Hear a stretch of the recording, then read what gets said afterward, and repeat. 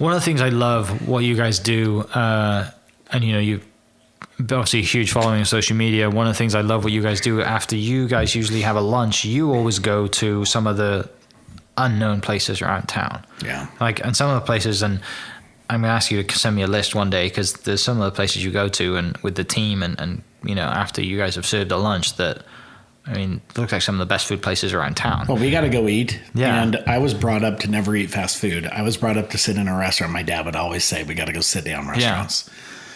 Yeah. And so my staff, part of working for Saucee Sicilian is you get free lunch every day. Yeah.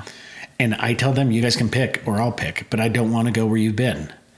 You can't go to a restaurant you've been to. So a lot of, my staff, they're not going to afford to go out to eat. So I'm like, where do you want to go? Yeah. And we'll pick their restaurants and I'll pick stuff. I'm like, off the beaten path. I want you guys to experience it. And then it's great because I don't know if people look at our social media or not, but hopefully one or two, they look at it and they're like, why is a restaurant promoting another restaurant? Yeah. For good reason. There's that bakery place in Midwest City that you went to. I can't remember what it's called, but it looks amazing. There's 100 million places, but is there any that stand out that just like people that never heard of that they should go to? Oh, I know the Wakahina Bakery down on Southwest 29th Street. Mm-hmm. There's La Tropicana restaurant is a phenomenal restaurant. Great burgers. A lot of people don't know about is 1907 down in Moore. That's a great guy because his name is Haas. He worked for Hal Smith for years. Yeah. He came up with the garage idea, but it didn't come that way. So he started 1907 for his burgers are phenomenal. Obviously Nick's, the ones go to, but there's so many we roll up on or just, we've had a lot of excellent meals. Some bad. Yeah. I can tell you Taco Vaca is on Central Boulevard. They just do breakfast and lunch, and they'll stay open late on Thursdays for us, and we got to call them to tell them. But it's interesting. When we first went in there, no one spoke any English, and we didn't speak any Spanish. And then we ended up liking their food, and we started telling people about it, and they noticed that people were coming in, and they're like, just tell us when you come in. And some of the best pozole menudo I've had is at this little place. It is a dive in it. They aren't open during dinner for a reason. It's not in a great part of town. Right. But McClintock's for steaks, the guys wanted, let them have that. There's so many, because there's so many small mom and pops out there that need to be noticed that aren't. Yeah. And I needed to be noticed as a food truck. And I am very blessed that people shared our stuff, commented about our stuff. And in return, you need to share that wealth and you need to go out there and do it. There's a lot of restaurants, they don't promote other restaurants. And I understand it, but I do my social media and I do it the way I want to do it. Yeah. And it's a little out there. It's a little different. I don't walk a company line. I don't have to anymore. I'm HR. Yeah. So if someone upsets me, I'll make sure they know they upset me. If someone praises us, I'll make sure about it. And I'll make sure other businesses know about things. Yeah. And so we go everywhere. There's a cool out in Midwest City, a crepe shop for a girl. That's what I'm thinking of. She's from Ukraine. Yeah. My kid's from Ukraine, so they're able to talk about things and speaking their native tongue. But it's on Douglas Boulevard in a strip mall on the end, just north of the interstate. It's killer. And she makes these fresh crepes. And the crepe brewer, I love going to in their truck. And it's just as good. And you just look at it like, wow, people need to know. So it's interesting because ND Foods is another one now. So good, that place is. I never thought they could get that much meat in a sandwich. No, you can't. Never, ever seen that before. And so now I watched, and it was just one of the things because I told them, I go, hey, I'm going to post a sandwich of them just last week.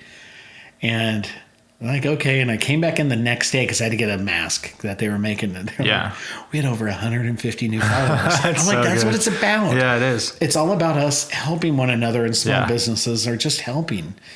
And that's the beauty of it is you go out there and try and get people to go to Tacoville, which people know about. I love that place. Yeah, go to different places and they see it. And it's like, I forget about this place or I never knew it was here. Yeah. I mean, sorry to say, but I'm not going to really give a shout out to Raging Cane's. Right. Raising Cane's everyone knows about. Yeah. But the small chicken place like Nashbird, yes, it's Chef Ray's chicken in his food truck. It's phenomenal. That's so good. Those waffles that he does are amazing. Yeah, and it's those that I love going to, and we love to put. I forgot what we were calling it. Hole in the wall Thursday when we'd eat. Had something going. We need to post some more because.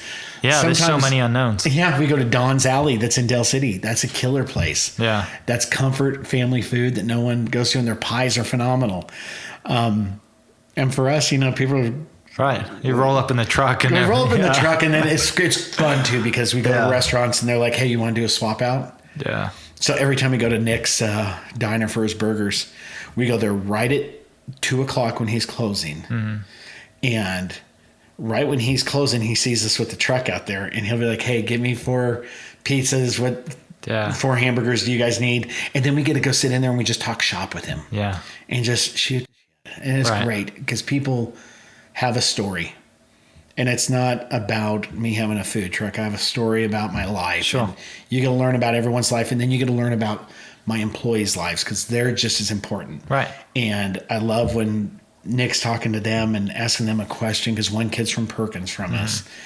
One of the other guys was from Colorado that was working from us and had a good bond with Nick that they could talk. But it's sitting there and meeting these guys. This restaurant is called El Potosino at 24th and South Robinson.